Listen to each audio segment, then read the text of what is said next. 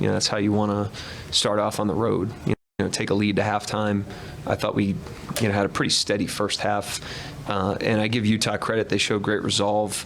I thought they played with great effort and physicality, and we were able to get the game. I thought, the glass was a huge issue, and I thought the paint was a huge issue. I thought the physicality they showed in the paint, 60 to 36 or whatever it was in the paint, is very uncharacteristic for us on both ends, and really didn't give us a lot of margin. So I credit them. They played really well. To that point, they also made some very high degree of difficulty shots late. Did you feel like those were contested looks, or were there things that you all could have done at a higher level there? No, I mean, those are tough shots. Credit Markkanen and George, the shots they made. I thought Dunn made some big ones.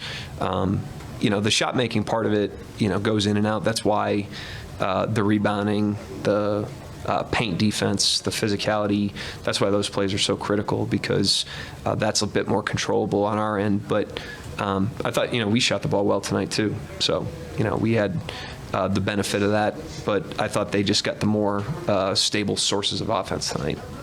J-Dub back in the lineup for you guys tonight. What did you think of the minutes that he was able to give you guys? I thought he was really good most of the night. Thought he really competed defensively, especially in the second half, and offensively, seemed like he didn't drop off in terms of rhythm. He was pretty spry and had a nice blend again tonight. So happy to have him back, certainly. It seemed like Ooze gave you some really good minutes in that first half, especially. What did you see from him? Yeah, he was good.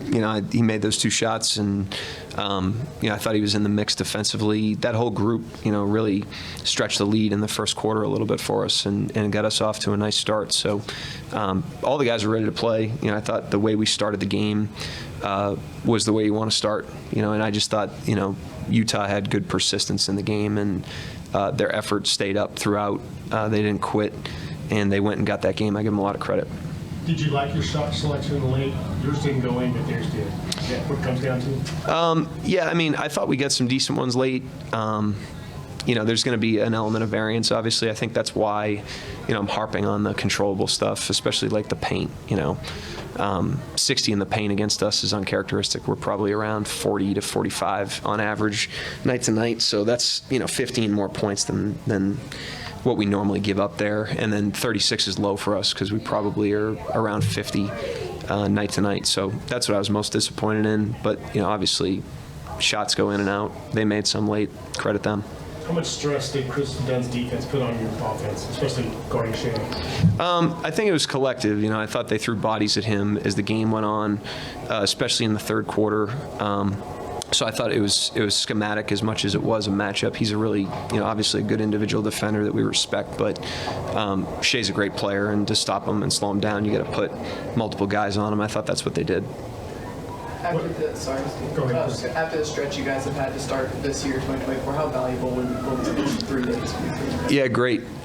The day off tomorrow is huge, and we'll be able to fill the tank a little bit and, catch our breath and also sharpen up a couple things in practice and try to close, the last 3 games before All-Star break well. Anybody else? Was number one protecting the paint.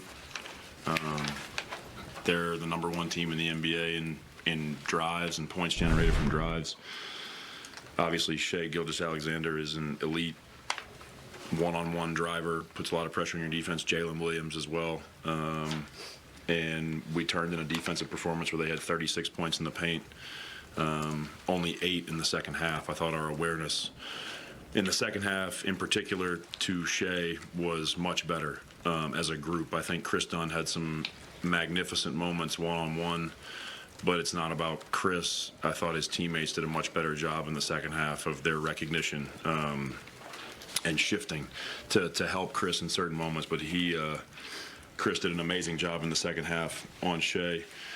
The second part of it was trying to play in a way where we kept them out of transition, and they had 5 fast break points for the game. Those 2 things defensively. You couple that with only giving up 9 second chance points, and you have an opportunity to win. Another night where they made some threes, some pick and pop threes, and it didn't feel good, but the guys, again, understanding that the key to the game was protecting the paint, we stuck with it. We got some better activity out of the guys guarding people in the corners, stunting up a little bit to show a little support, and it allowed us to hang around. And then, you know, we had a bunch of guys on the offensive side play really well. You know, 6 guys in double figures. Obviously, Lowry turned in a monster night with 33 on 18 shots. So, you know, credit to the whole team. You know, our defense and protecting the paint is ultimately what gave us a chance to win. I know you just said it's not about Chris Dunn, but You want to make it about Krista? I absolutely do. Yeah.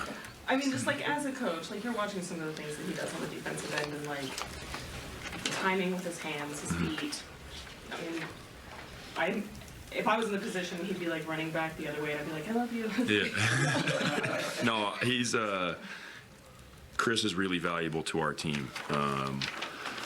You know, I've talked a lot about halftime as an opportunity for us to look at what's happening in the game and make some adjustments, and we felt like going into the second half, we wanted to try to match Chris's minutes with Shea.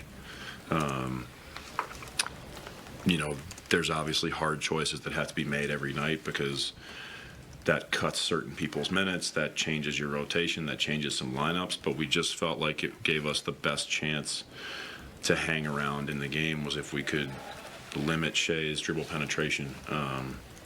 We knew that it was going to take more than one person, but we do understand that Chris on the ball initially does the best job on our team. He's a terrific defender. He has amazing instincts. He has a great mix of physicality and agility. You know, I think when we talk about good athletes in the NBA, I think one thing that's very misunderstood is there is a difference between a good offensive athlete and a good defensive athlete. I would not describe Chris as a great offensive athlete. He doesn't play above the rim. He's not the fastest guy you've ever seen. He's not a bad athlete, but there's nothing about Chris on the offensive end that really jumps out. But his ability to move defensively, the athleticism that he has with his back to the basket, sliding, opening his hips, getting low, being strong, is really, really impressive, and he's a big reason why we won the game. When you look at the third quarter, Larry Markkinen obviously had 17 in the quarter, but a lot of his baskets came early when the Thunder just still had the lead.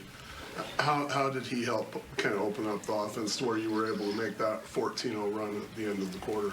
Yeah, I mean, Lowry, I think tonight was a great example for him of, you know, he goes 5 for 7 from 3, but there have been plenty of games where he shot far more jump shots. I thought his physicality against the switching was really impactful for us. He drew a lot of attention around the basket. We were able to throw him the ball over the top a few times. You know, his versatility offensively is continuing to grow. You know, I think the possession in the fourth quarter late where he got the ISO just above the elbow and he took his time and he faced up and he just shot a jump shot over the top. You know, that's an example of growth from Lowry because that's not something that he's done a lot. It's something that he's worked on a ton, but hasn't done it a lot in the games yet. And so I think he's recognizing how teams are guarding him and understanding that every night